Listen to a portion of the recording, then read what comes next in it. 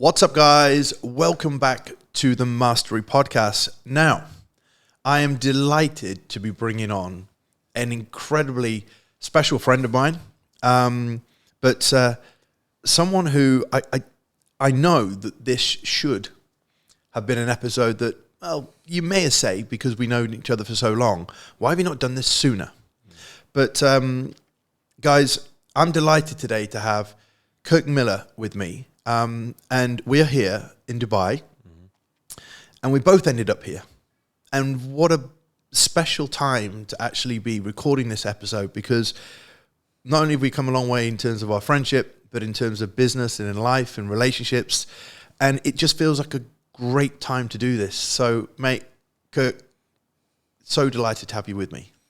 Absolutely delighted to finally be on the Mark Cole's Mastery Podcast.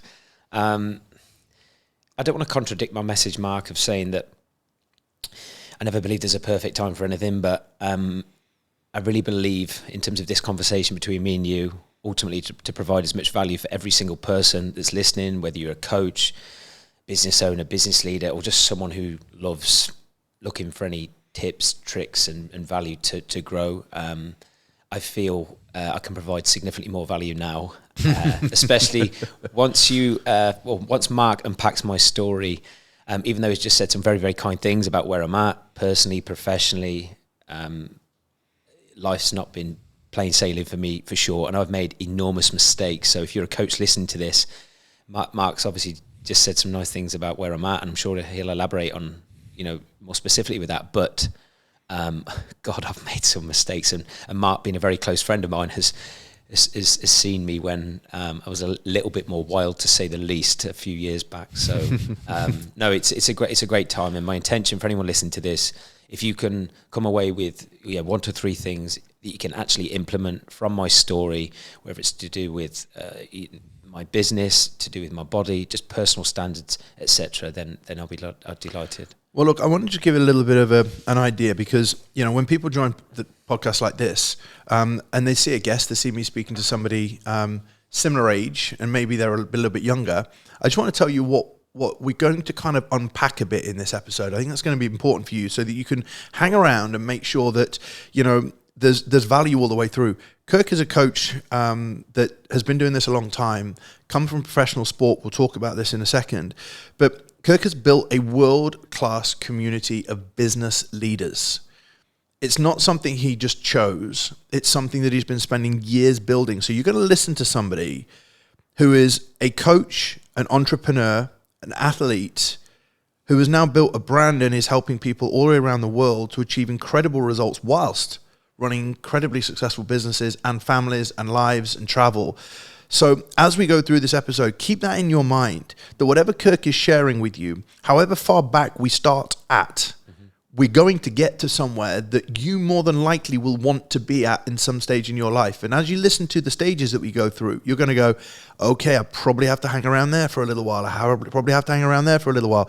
There's lessons in every single part. But so what I'm going to do now is I'm going to say, guys, you're going to learn a hell of a lot from an incredible coach, somebody that I've had a lot of fun with over the years, someone that I have a lot of respect with, someone that for a few years, we saw less of each other, now we see more of each other, and there's lessons in that for everybody in terms of friendship and life. But let's go back, Kirk. I want to first and foremost, just for a little bit of a kind of chuckle, when we first met each other on the scene, on the fitness industry, you were, and before I knew you, you were Kirk Abs, in my mind, you are Kirk Abs Miller. Now, I have a quick little story for you. When I first heard that you were a Men's Health cover model, there was a lot of jealousy that ran through my veins. Still to this day, I think I feel that I should have had your spot. And I tell you why. When I got lean for the first time after a shoulder injury, I mean, I am God's gift, even if I have a broken nose and a bald head, and maybe we're slightly different in that respect. But I got my abs out, and I thought that I look great. So what I did is, before I knew you, I applied for Men's Health as a cover model. And I'd like to see the pitch you submitted and see what the size difference is from then to now. NDA. NDA, GQ took it off Men's Health, and it's still not been published as a cover, but there's non-disclosure on this, but I will tell you that I applied for Men's Health, and when I met you, and you were a Men's Health cover model, I think there was this immature jealousy that rang through me, but I tried to become a Men's Health cover model, got refused, no one replied.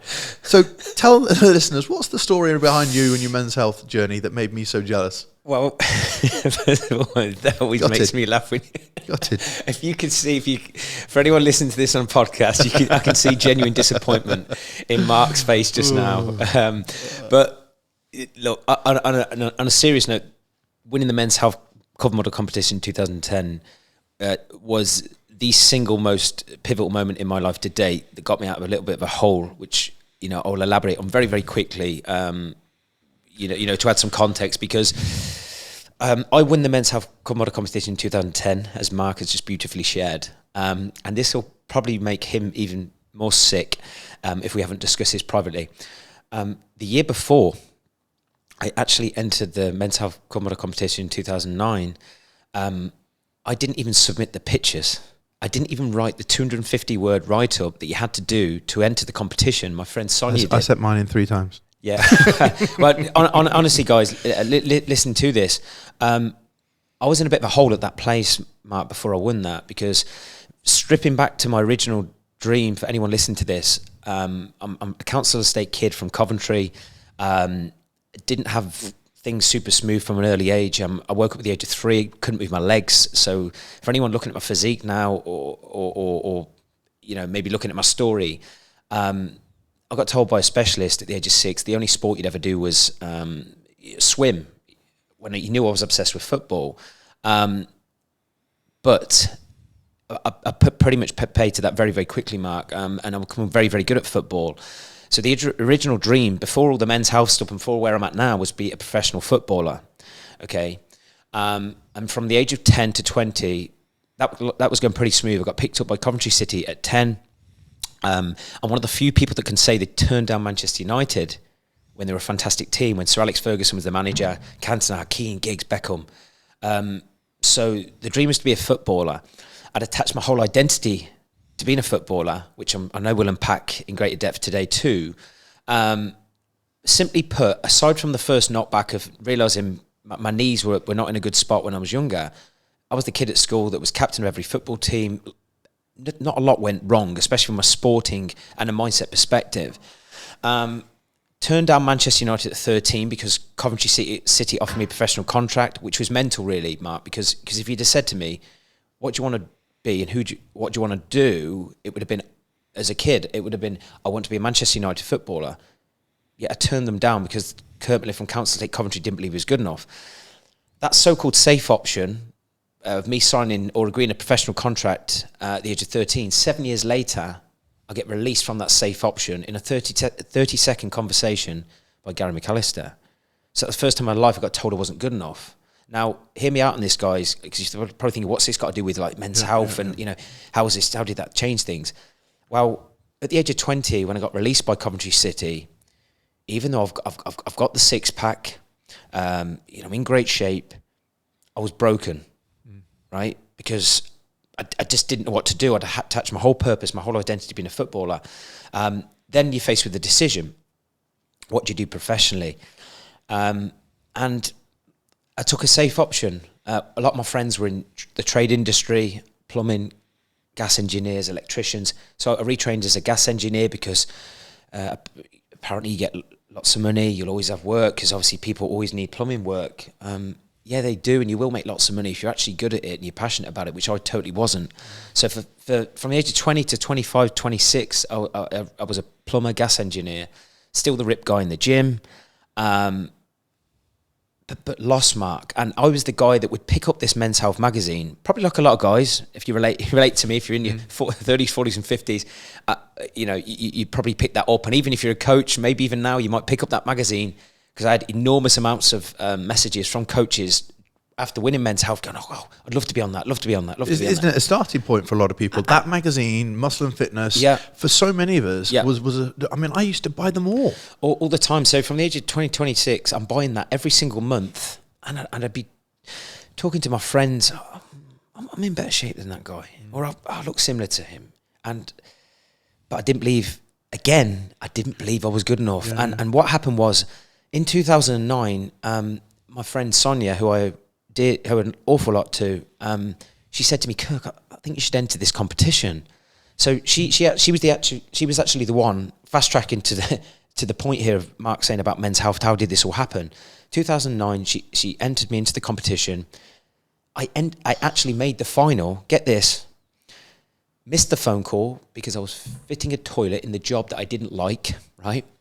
Naively and like lazy at the time. And this is why, guys, anyone listen to this, even though now, if you were to meet me, and even by the end of this podcast, you realize I'm very intense. I'm unapologetically relentless in everything I do.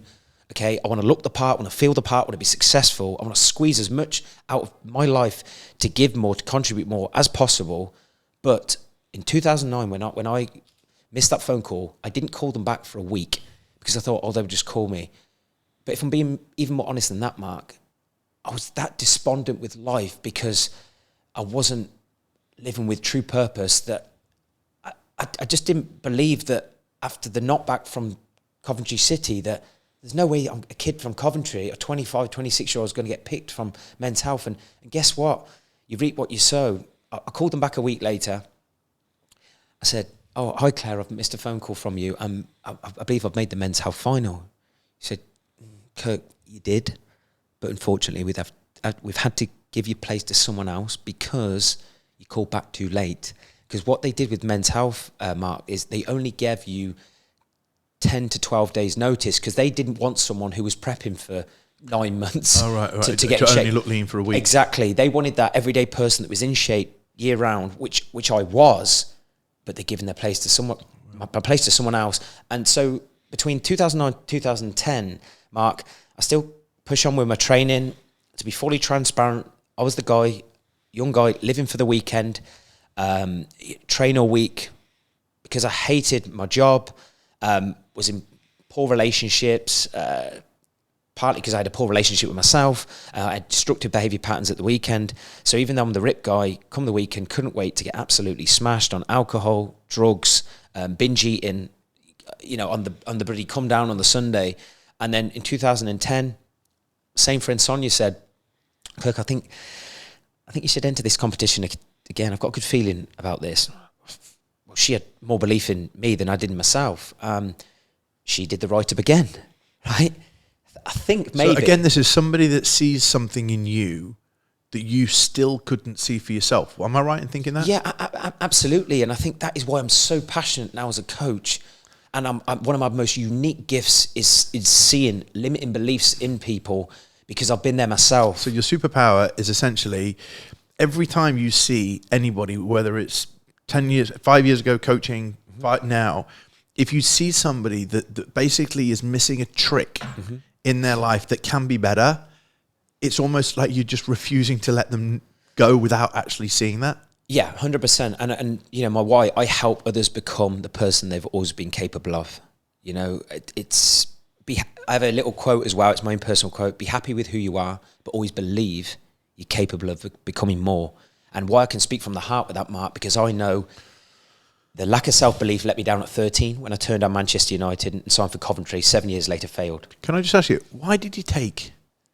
Now you're many years ahead. Yeah. This safe... You mentioned it a few times. Yep.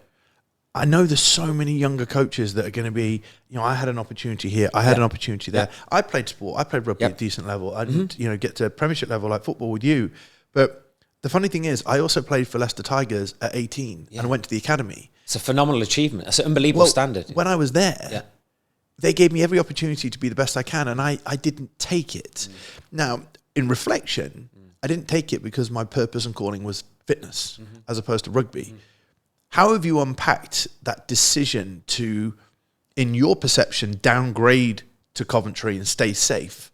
Now you're older. How have you unpacked that in your head that you chose the safe option? Yeah.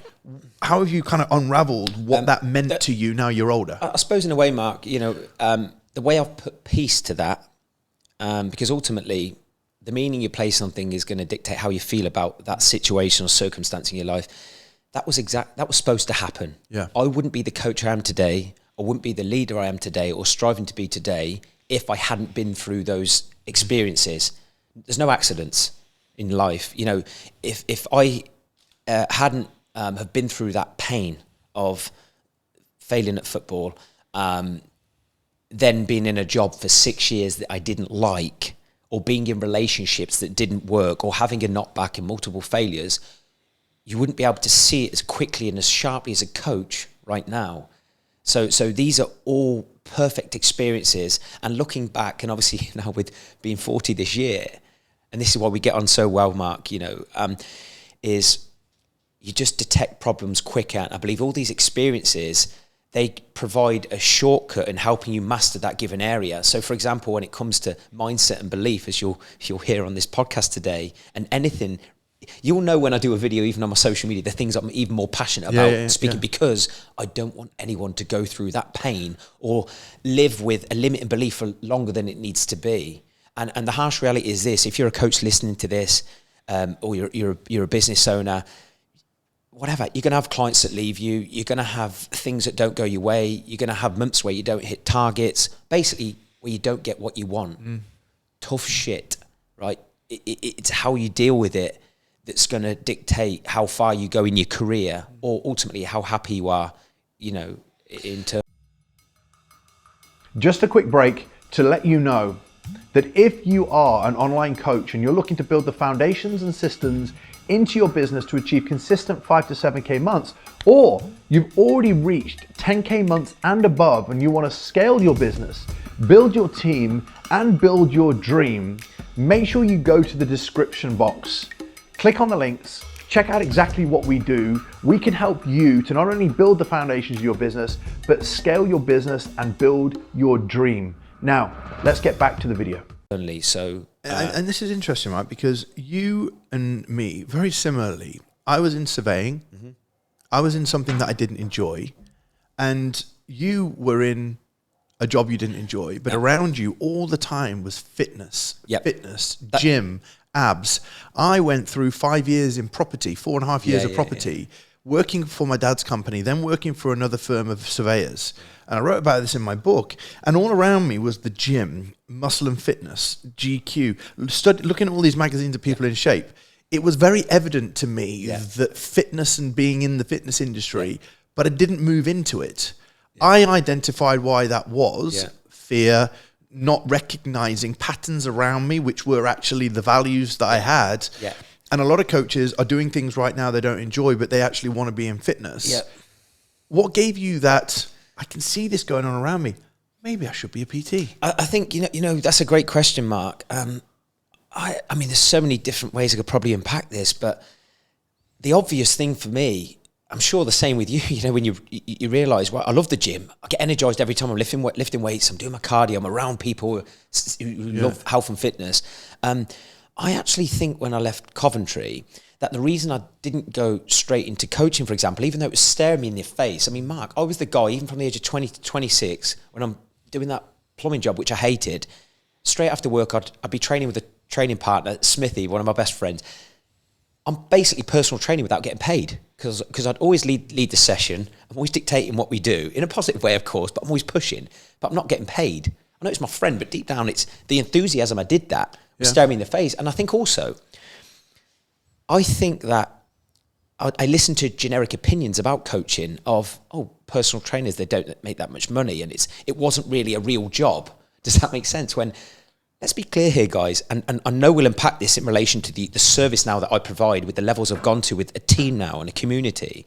You know, a great coach, you're changing lives. When someone is paying you as a coach, whether it's in the gym or as an online coach / service, that is an enormous responsibility you need to take, that someone is paying them money to put your health in their hands, which for me, that is an insane responsibility.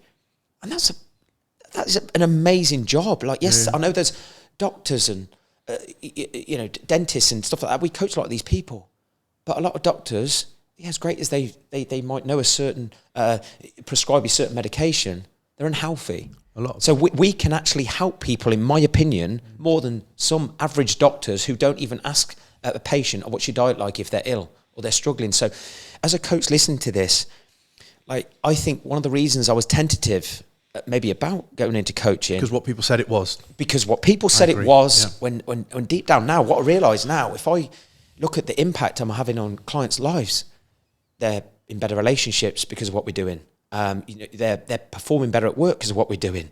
They're better role models for the people they love most, which is generally their partner and their children and their immediate family. That is an enormous amount of responsibility. So that's but it was too obvious at the time. Yeah. And just like me, similarly, you got to the point where you became a PT. Yep. What was the switch? Many will relate to this. What was the switch that said, I'm going to become a PT? Well, yeah, again, great question. So when I won that men's health competition in 2010, which I'll just very quickly tell you a funny story about that. So even though so my friend Sonia's entered me in the competition again, my weekend habits during that period were still shocking because I was still living for the weekend because I had no purpose. When I received that phone call for 2010, Mark, I remember, I can literally feel it to this day. So picture the scene. I'm in a plumbing van, which was a company vehicle. Okay, I was hungover from the weekend, and I'd just been on a 2-week all-inclusive holiday with a previous partner in Mexico, where I ate myself to death, even though I went there shredded. And I was actually getting called Rambo around the pool by these Americans. It was so funny. So I go there ripped, eat myself to death, didn't train for 2 weeks. Then come back, had a big weekend because I think England were playing, right? Probably end up in a strip club, knowing me as well, right? And then I'm in this plumbing van on a Monday, and I'm about to go to Greg's, the pasty store thing. The sandwich store, right, to go and eat shit because I'm hungover. And then I received this phone call, and it's Claire Matthews, and she said, "Hi, it's Claire, it's from Men's Health." I'm like, "Hi, Claire." Oh, I was like, completely took me by surprise. And she says, "Yeah, you've made the Men's Health final." I'm like, "Claire, did you leave a voicemail last year?" She said, "Yes, I remember, Kirk, and you called us back and we had to give you place to someone else." And I went, "Thank God I've answered this phone call." I said, "Oh, great, okay, when's this Men's Health competition?" She said, "The next day." I said, 11 days. and look, anyone listening to this who understands how quickly, if you understand, if you're a coach listening to this, you know how quickly your body can change, good and bad, in the space of 11 days. And I'm thinking, shit. But guess what, Mark? I knew in my mind I was going to win. It was a weird feeling. I thought the universe is trying to tell me something here, right? Yeah. And the only difference, I'd say, from 2009 to 2010, Mark, I started immersing myself into personal development, reading The Secret, Dr. Wayne Dyer. My friend started sending me these videos. It started to change how I looked at the world, even though I was by no means where I am today. And I knew I was going to win anyway. Long story short, I ended up winning the competition. But just in reference to Mark's question, when I went into, what got me, what did I do to get to personal training then? That was the third lesson in life, in my opinion, after the Manchester United lesson where I chose the safe option with Coventry and failed. At the age of 20, I chose the safe option as a plumber, and that didn't work out too well. I was 6 years of a lot of unhappiness. That was the third lesson in life. Are you finally going to trust yourself, believe in yourself, and take a calculated risk and perhaps follow something you love doing and see what happens, and lean into an uncomfortable option? The safe option, Mark, would have been stay in the plumbing job. You'll always know what you're having week to week, right? Maybe make some extra money on a weekend from a foreigner, as they're called, right? But I just thought, fuck it. I knew in my heart then that should do thing needed to become a must. And what was interesting, Mark, I quit my job with 5 hours personal training. This is gospel. And I remember saying to my parents, friends, I'm going to quit my job, be a personal trainer. They went, "What about your bills? What about if it goes wrong?" I just had enough, and I quit my job with 5 hours personal training. And not many people know this, Mark. I didn't even have a car when I quit my job because the vehicle I was using to get around was the plumbing van. And because I didn't need a car at the weekend because I was getting pissed. But for me to personal trainer, what do I do? So I lent a van off one of my friends who was he had a building business, and that kept breaking down on the way to and back from the gym. But I just thought, if I can just get through this first couple of months and make enough money to get a car, that's going to be one hurdle. And look, what happened within a few weeks, as you do when you follow your passion, follow your purpose, I got very busy, had a full diary within a couple of weeks, managed to save up to get a car, and then obviously became the big fish in a small pond in Coventry. Obviously, during this same period, after winning the men's health competition, lots of great opportunities, of course, where I got picked up by Grenade. They're now obviously a carb killer. Massive respect to Al Barrett. What a great guy he is. But at the time, they were a fat burner, right? Which is polar opposites to where it is now. But yeah, that's when I was getting. I got picked up by Grenade. Better Bodies, one of the clothing companies, Swedish brand, and I'm the guy that's on the billboards at Body Power, going into the NEC, and just lots of great opportunities on that side. From the fitness modelling front, went on to obviously get record covers with Men's Fitness. Got 2 covers off that first Men's Health shoot, so that was great. So it created great exposure, and obviously it allowed me then to finally pursue my passion and purpose as a coach. But the one thing I would say at that period, I was a glamorized motivator, unbelievable at drawing great reps out of people, but I still wasn't a great coach. And obviously one of the things that, look, Mark will be very humble in this, a few years after that, of course, that's when I started going across to M10. I realised there was levels to this game, and that the actual personal trainers in M10 under Mark were significantly better than me in terms of execution with biomechanics and just standards as a whole. So thankfully, obviously, meeting Mark obviously elevated my standards dramatically as a personal trainer. But even since then, and especially now if you're a coach listening to this, it doesn't help you change lives long term or provide the service, in my opinion, needed to really transform someone's life far beyond a physical transformation. So I know I needed to learn a hell of a lot more alongside that, Mark. Can I ask you a question then, which is, we'll really get into your ethos of coaching and your brand that you have and what people can take away from what it's taken to get there. How important, having been Kirk Miller for many years and being in shape, how important is it for a personal trainer or an online trainer to be a reflection of their craft, being in shape? How important do you feel in our industry, given there are a large percentages that are trying to make something of themselves in what is a shallow, if we call it a shallow world, I think people will relate to the word shallow, but ultimately it's just, is it shallow? The fact that people look at you and go, yes, I can see that person walks the walk because they are in shape. I mean, do you feel, and we are called shallow very often in the fitness industry, I actually just think it's a responsibility that we have. At the age of 45, I feel it's a responsibility to talk to 21-year-old fitness instructors and PTs and be in shape. Not jacked, not shredded, but what's your opinion on this? I feel so strongly about this. I think it's a total responsibility. You cannot be a hypocrite. How can someone pay you to get and keep them in shape if you can't do it yourself? How? It's a non-negotiable. Even my team, right? I make no apologies for being very demanding and saying that we stay in shape. If we have obviously physical meetups and events now, Mark, and look, you don't need to be shredded by any means. Like, you might have performance goals where you're putting on a little bit of size, whatever it is, okay? But you can't have your shape. You can't have your clients, in my opinion, working harder than you, in better shape than you. Long story short, more disciplined than you. I think it says a hell of a lot about your character, the way you carry yourself.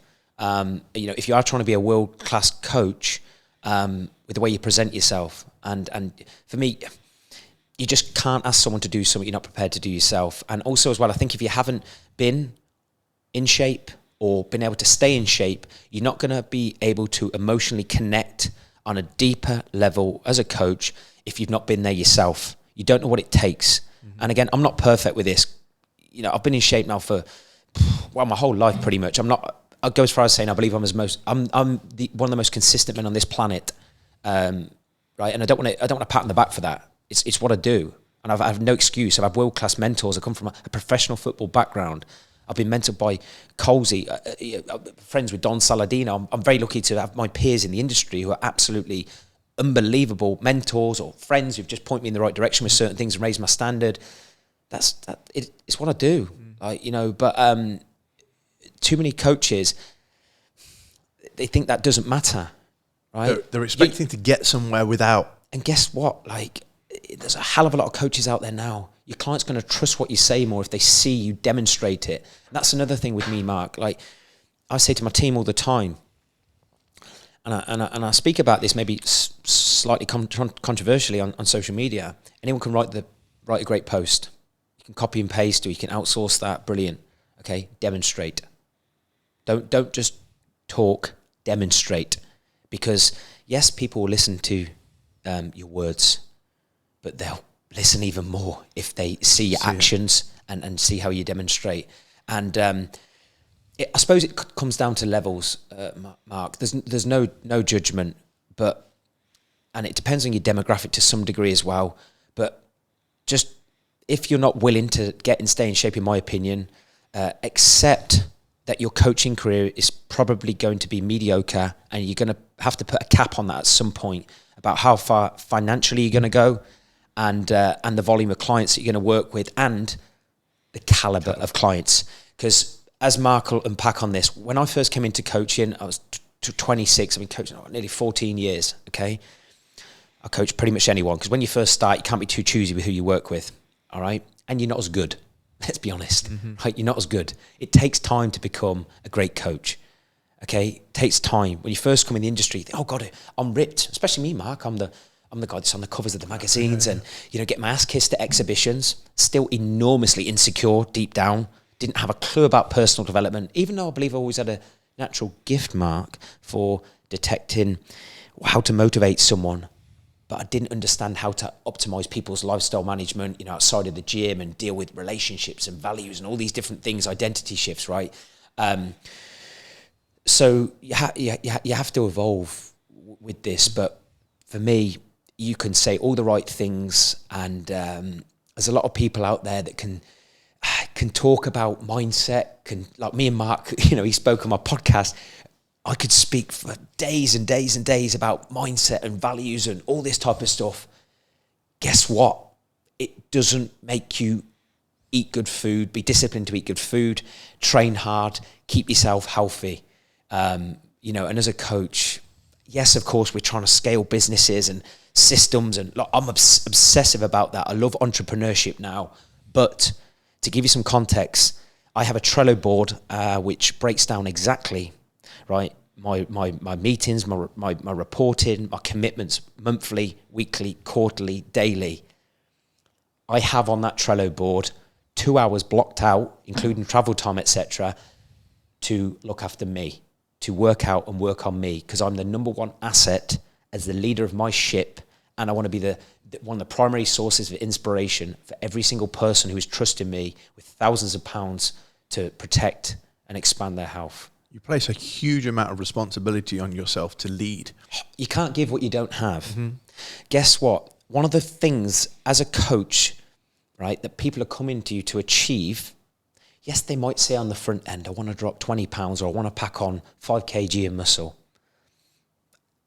Beneath that, people are trying to change how they see themselves from an identity perspective. They're trying to elevate more confidence, more belief, more energy, so they can give more for multiple different reasons, right? But you can't give what you don't have. And I really believe, as one of the leaders of the ship, especially as a coach, okay, the people investing in you are only going to take their level of confidence as far as yours.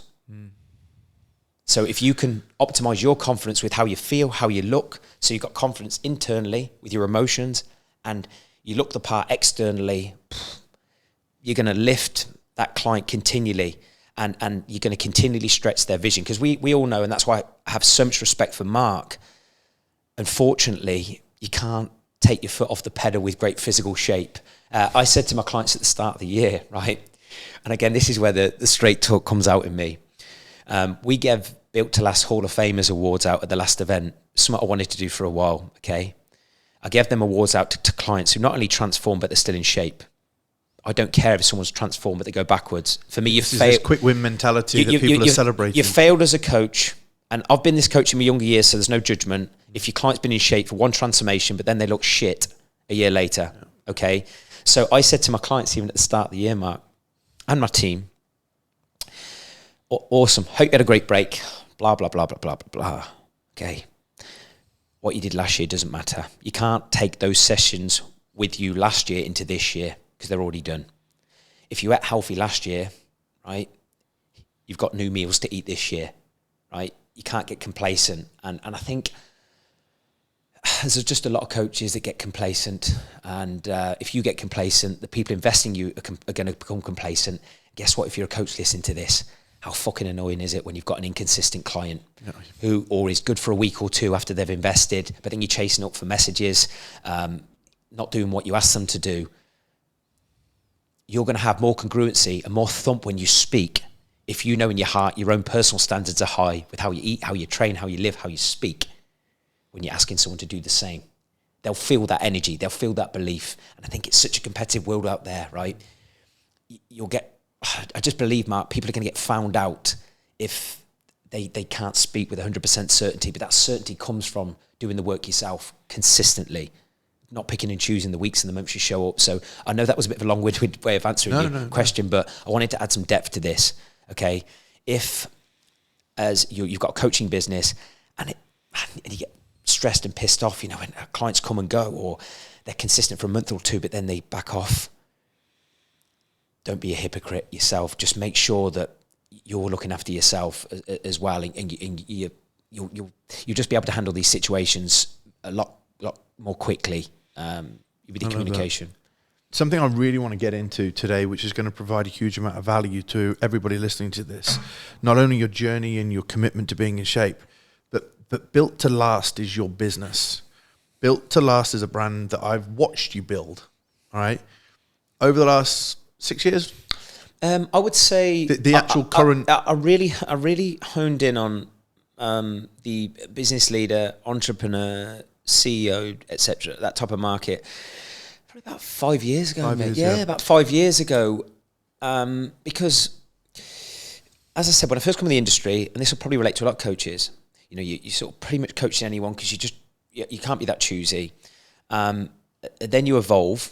Don't forget, I've got older during that period. And I genuinely think your biggest clue to who you should be probably helping is, what excites you and who are you as a person? Because if you are clear with that, you can usually identify, right, if I know what excites me or I know the problems that I can solve day to day in my life, like you're going to be able to solve other people in that similar situation. So when I was breaking down, that demographic, one thing that helped with that was what are the traits of my best clients, that I love working with. And all of them were generally leaders, they're driven, they have to manage people, teams, and that's when, that gave me that feedback. And with me then, Mark, I'm not a person, as you know, who dips a toe in anything.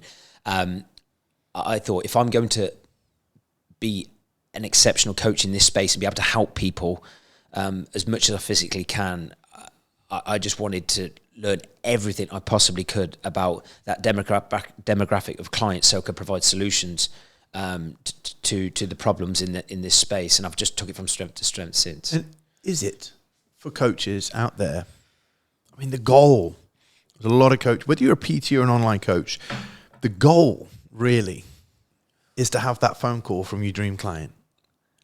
Want to work with you. Want to go from here to here, seeing the results that you've achieved. Could you give some perspective to coaches that think that is going to happen in year one or within the first 6 months? You and I talked about this recently, Kirk.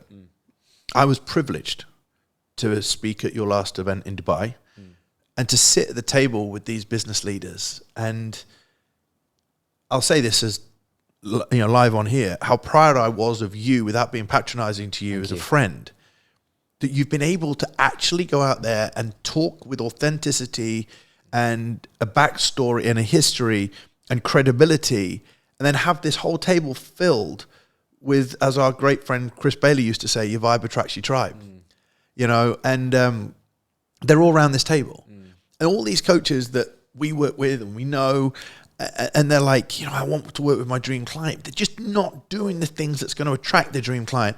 What's your advice to trainers that watch you? And a lot of coaches do tell me, you spoke at my event very kindly, and a lot of our coaches watch you. What's the secret to getting to work with your dream client? And should they be expecting to have that within the first 6 to 12 months? Act like your dream client first and foremost. So and that again comes down to your standards, Mark. And it takes time. It takes time. It simply takes time. And if I think of the hierarchy of clientele that I've had, from the age of say 26 to 40 now, it's no coincidence that as I've upped my game from a discipline perspective, learnt more, been able to provide more value, of course, got catalogues of results, that's allowed you to attract a better quality of client.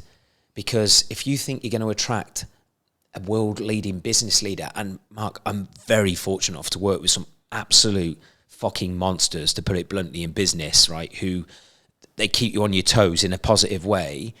You needed skin in the game to do that. And that takes time. That takes time. Because Mark, let's be honest here, and everyone's got their own demographic and all that type of stuff. To be as ballsy with my promise of I will get business leaders in the best physical and mental shape of their lives and unleash from within wavering confidence they never thought possible without compromising their lifestyle. Okay, that's a big statement, right? And to do that, I need evidence that I've kicked off someone with a transformation journey, got them transformed, and as I put out the other day, I've got after transformations that person's still in shape. Whilst a lot of my clients, give some context, they're on planes, living at hotels. They are genuinely high pressured, high performing individuals. That takes time to learn how to deal with these clients, and it's just patience. So I think you need to really understand, like, if you're trying to work with a better quality of client, ask yourself, what are you doing to attract a better quality of client? Does your social media, for example, or your website, however you like to market, does that demonstrate that you can solve problems with the client you keep telling yourself that you want to attract? Have you got catalogues of results? Are you in amazing shape? Are you actually inspiring that ideal client to start conversation with you, or at least follow you for an extended period of time, or potentially join and spend money on you? And if you can't answer that with 100% certainty, yes, what do you need to do better? Like, what do you need to upgrade your personal standards? Do you need to learn to talk better? Do you need to show more? Again, not just talk of how you train. Do you need to show more things from your clientele, right? And as we'll come on to now, and this is what's took a hell of a lot longer to build. Obviously, Mark spoke at one of our events. Have you got a community of these people that is going to help you attract more of these people? Because that community, Mark, takes time to build. Because I had a limiting belief even with that when I first started, when I started working with entrepreneurs, business owners, of, and for some it may be true, business leaders, they're too busy, they're not going to engage in a Facebook group. Even before you've run your first event, I'm sure you've been there, Mark, in your younger days. Oh God, are people going to show up? But if you do the work and you keep leading, you keep demonstrating, and keep going above and beyond, right? Then it'll come. But I just think sometimes people just don't want to do the dirty work when you're not getting that immediate gratification. You're not getting that immediate win. For example, when I first started the Built to Last private Facebook community, do you think my engagement was high? Absolutely not. I'm doing videos knowing that there's going to be no engagement. And when I first started that community, my clientele was nowhere near the quality.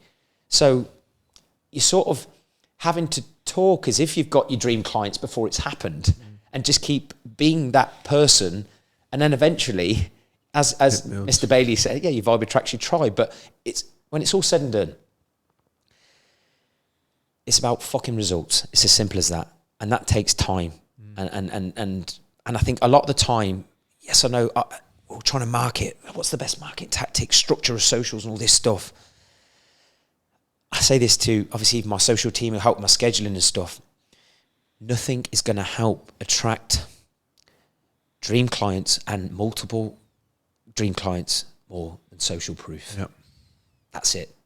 Like, you know, for me, if I could have my social media, right, and this is the goal, where every day I've got a transformation going out, boom. I would take that all day long over listening to my big mouth.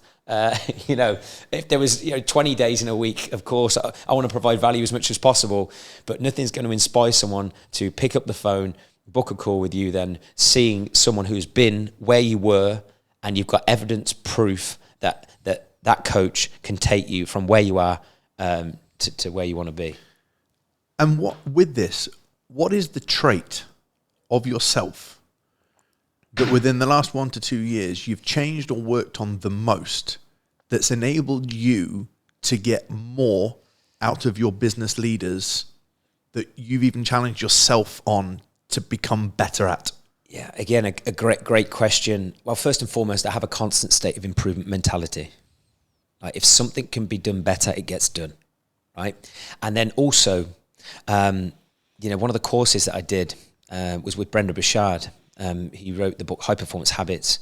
He's a world-leading high-performance expert. Like Mark, I'm just obsessed now with, if someone I believe is better than me in a given area, how can you just sponge off that person the way I've done with Mark, with personal training, with different mentors and different courses. So Brendan Burchard, he has an exercise, and I've used this question with clients, and maybe ask yourself this as a coach, and it's, what's made you successful? What will continue to make you successful? Who are you at your best? And usually the words that are going to, that are going to help identify that are preceded with the words I am. So for me, I recite majority of mornings, what 3 words is Kirk Miller at his best? And the 3 words that excite me to keep my standards high: world class. I am world class. I am consistent, and I operate with obscene standards. And I know this sounds a little bit weird as well, Mark, but what keeps me on point as well is reminding myself every single morning, what is my why, what is my mission, what is my purpose, and who do I need to be to make that a reality, right? So I could say that just off the cuff now, right? I say these words to myself in the mirror, and I'm not one of these guys, I know there's a lot of controversy around affirmations and stuff at the minute, right? I believe affirmations and incantations, as Mr. Tony Robbins says, are unbelievable if you follow them up with action, right? So every single morning I will stare in the middle of a vision board, right, or in the mirror, and say, I help others become the person they've always been capable of. I am a world-class leader, speaker, and high-performance coach that helps driven global business leaders aged 40 to 60 to get in the best physical and mental shape of their life and unleash from within unwavering confidence they never thought possible. By being ruthlessly consistent and operating with high energy and standards, I will change the lives of millions of people all around the world, be a phenomenal success in business, and be able to provide financial freedom for my family. Mark, again, there's no script. I've got no note in front of me for those of you listening to that. I don't want to meddle, right? No, there's but nothing. If you are saying that with intent, with purpose and emotion and with feeling, and then acting on that, you condition that over and over and over again. I'm not going to say that and then contradict that by then eating shit or not trying to show up as a great leader or drive business or drive results or drive team.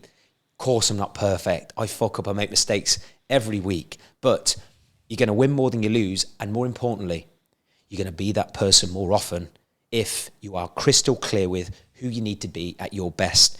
But even that, Mark, it took work, it took investment. Like the amount of personal development. And not just on courses, but investment in time and effort. In time, because guess what? Amongst your own head and thoughts. Guess what? Just showing up to a course, or even if you're listening to the investing in Mark, you still need to do the fucking work. Yeah.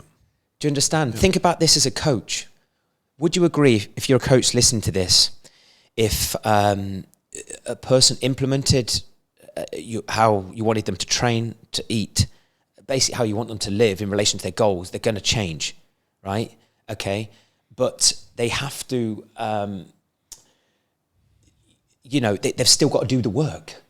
So even if you're a coach and you've been on courses, or you've got a current mentor, you've had a mentor, you still need to absorb that information and then act on it. And because I know a lot of people who've been to different courses or say they've read 50 million books. It means nothing if you're not going to implement. And what I've just tried to do over the last 14 years, without even realising at the start, but even more consciously, over the last sort of 5 to 10, is you detect a trait in someone, okay? Obviously, again, with Mark, learned so much from Mark. We've got obviously mutual friend in Phil. You got your Brendan Bouchard, your Tony Robbins, the Don Saladinos. They haven't fluked the way to success. But what has made them successful, and what do they have that I don't have that I need to up my game in? And it's a growth-minded mentality.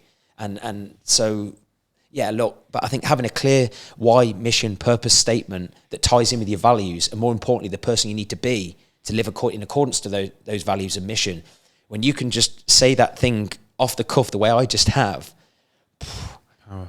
Yeah, 100%. And it's congruency and certainty. And I think certainty and knowing what you're all about, again, takes time, takes maturity, takes going through plenty of ups and downs, and actually being prepared to just go through this journey called life and learn from it. And also, Mark, don't get emotionally attached to the wins. Don't get emotionally attached to the drawbacks. We've all had clients leave. We've all had months that weren't quite successful. Okay, it's no different to a client coming to you who has dropped weight, dropped fat for the first couple of months, then their weight holds or it goes up, and then they panic. It's annoying, right, when a client comes to you saying that, right? It happens. It's not it's not a straight linear line. You had to bounce with the ups and the downs also, in myself, and it just you need yards. You need to put the hard yards. You need experience. If you think about where I'm at now, even from when you spoke at my event last year, Mark, I've got another year of results, another year of experience with my demographic. And I don't get complacent even with that. So even though Mark said some kind words about my event, which was great, even after that event, I'm evaluating, okay, what went well, what didn't go so well. Looking back at that first event, I tried to squeeze too much in a short period of time because it was my first event and I'm trying to go, God, I need to squeeze as much as I can in, because maybe there's that little bit of imposter syndrome of, oh God, people are flying from the UK, from America to Dubai, spending lots of money. I need to make sure that I pack every single minute of the day. Yeah. Deep down, it's probably a little bit too much. But my point is, even like Mark said kind things about that, I'm still evaluating how can it be done better. Of course, you celebrate what went well. You need to celebrate your wins. But I think the greatest leaders that I'm fortunate enough to coach and I'm friends with, they're always asking, how can it be better? And I continually demand more from myself. And that gives me the internal permission to ask more from other people, whether it's a client or my team, because I lead by example on that front. Well, listen, Kirk, we'll do more of these, because I also want to unpack the community aspect and what built Hellas and how that's been achieved. And I know a lot of people will message me after this saying, just like our scale clients did when you came and presented in London, we'll be having you back. Obviously we spend more time together now when we're in Dubai. I just want to say thank you, and thank you on behalf of all the listeners, because I know they've got huge value from that, and that's exactly today's what I hoped it would be for everybody, from somebody that's got your experience and knowledge. Just for everybody who can follow you and watch this journey with your business, what's the best place for people to follow or listen and learn? No, first of all, thank you so much for having me, Mark, and as you probably guessed, me and Mark could probably speak for like 3 days without even coming up for air. But yeah, so very grateful for anyone's time also listening to this. But yeah, if you want to find me, my social media handle is pretty much Kirk Miller across the board. On Instagram, it's Kirk Miller _. And I do have my own podcast, the Kirk Miller Podcast, where I bring on great guests such as Mark.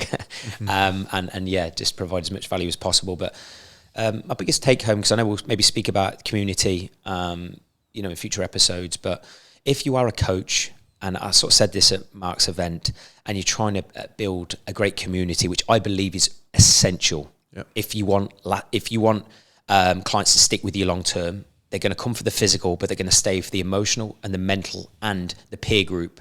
Put the work into that. Be good with people. Care just as much about the collective energy you are trying to create within the community as you are with getting someone to stick to their meal plan. Because one of the key things I believe that creates lasting change, Mark, is peer group and environment, because that normalizes the standards you're trying to create within the client. So don't get complacent with that, and yeah, treat that as a high priority if you're trying to keep a great business, because people will stay with you long term for that. Because most people, don't forget, are coming to you as a coach because they don't have people with high standards with health, fitness, training, food from their friends, their colleagues, their partners.